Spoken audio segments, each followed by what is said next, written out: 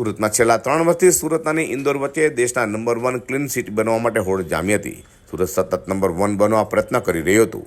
પરંતુ દર વખતે ઇન્દોર બાજી મારી જતું હતું, પરંતુ આ વખતે શાસકો અને મ્યુનિસિપલ કમિશનર શાલિની અગ્રવાલના પ્રયત્નોને સફળતા મળી છે. મનપા કમિશનર તરીકેની જવાબદારી સંભાળતાની સાથે જ શાલિની અગ્રવાલે સુરતને નંબર 1 ક્લીન સિટી બનાવવાનો ધ્યેય જાહેર કરી દીધો હતો. અગ્રવાલના પ્રયત્નને આખરે સફળતા સાંપડી છે. દિલ્હી ખાતે યોજાયેલા કાર્યક્રમમાં સુરતના મેયર અને પાલિકા કમિશનર દ્વારા સર્ટિફિકેટ્સ અને એવોર્ડ સ્વીકારવામાં આવ્યા હતા. નમસ્કાર મિત્રો, આજે સુરત શહેર અને ગુજરાત માટે ખૂબ આનંદનો અને ઐતિહાસિક દિવસ છે.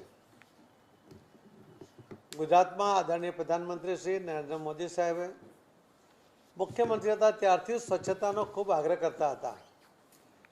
આદરણીય મોદી સાહેબ પ્રધાનમંત્રી બન્યા પછી પણ આખા દેશમાં સફાઈ માટેની જાગૃતિ લાવવા માટે પોતે પણ હાથમાં ઝાડુ પકડીને નીકળી પડ્યા હતા અને એના કારણે આખા દેશમાં ખૂબ જાગૃતિ આવી હતી. સુરત પણ મોદી સાહેબના શબ્દોમાંથી પ્રેરણા લઈને સતત સફાઈની ઝુંબેશ આદરી હતી. વર્ષો પહેલાં ગંદકીના સામ્રાજ્યને કારણે સુરત જે બદનામ હતું, એના બદલે છેલ્લા કેટલાક વર્ષોથી સુરત સ્વચ્છતામાં બીજા નંબરે આવતો હતો. ખૂબ અફસોસ પણ થતો હતો.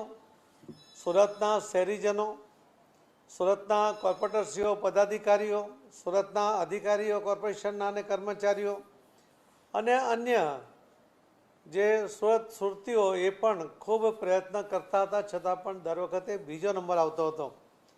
આ વખતે પણ આદરણીય પ્રધાનમંત્રી શ્રી નરેન્દ્ર મોદી સાહેબ જ્યારે ગુજરાતમાં સુરતમાં ડાયમંડ બુશના લોકાર્પણ માટે આવવાના હતા, એના પહેલાં એમની સૂચના હતી કે એક અઠવાડિયું સુરતમાં સફાઈ થવી જોઈએ અને એક માઇક્રો સફાઈની આખી ઝુંબેશ કોર્પોરેશનના પદાધિકારીઓ, કોર્પોરેશનના અધિકારીઓ, કર્મચારીઓ સાથે 100 સુરતના શહેરીજનોએ ગલી ગલીમાં જે ઝુંબેશ આદરી, એનું પરિણામ આજે આપણને મળ્યું છે.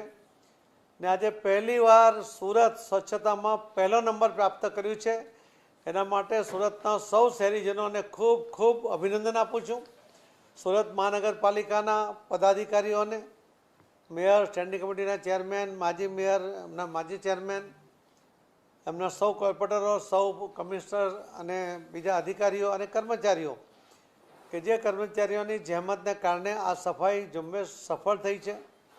સુરતના શહેરીજનોની મદદ અને એમનામાં આવેલી જાગૃતિને કારણે જે એમણે સપોર્ટ કર્યો છે, આ સપોર્ટને કારણે આજે સુરત આ પહેલા નંબરે આવ્યું છે. આપણા માટે ગર્વની વાત છે, આનંદની વાત છે અને ઐતિહાસિક દિવસ એ આપણા માટે છે. અને ગુજરાતનું આ એકમાત્ર શહેર જે 7 સ્ટાર સાથે પહેલા નંબરે આવ્યું છે. તો આ નંબર જાળવવો, આ સ્વચ્છતા જાળવવી, એના માટે જાગૃત રહેવું અને બાકીના લોકોને પણ જાગૃત કરવા, એવી પણ મારી સૌ સુરતીજનોને ખૂબ ખૂબ આગ્રહપૂર્વક વિનંતી પણ છે. અને ગુજરાતના સૌ લોકોને પણ આ સુરતના ઐતિહાસિક આજે જે એને પહેલો નંબર મળ્યો છે, એના માટે આપ સૌ પણ પોતપોતાના શહેરોમાં, પોતાના ગામમાં આ રીતે સ્વચ્છતાનો આગ્રહ આદરણીય પ્રધાનમંત્રી મોદી સાહેબના જણાવ્યા મુજબ કરશો, એવી વિનંતી પણ છે.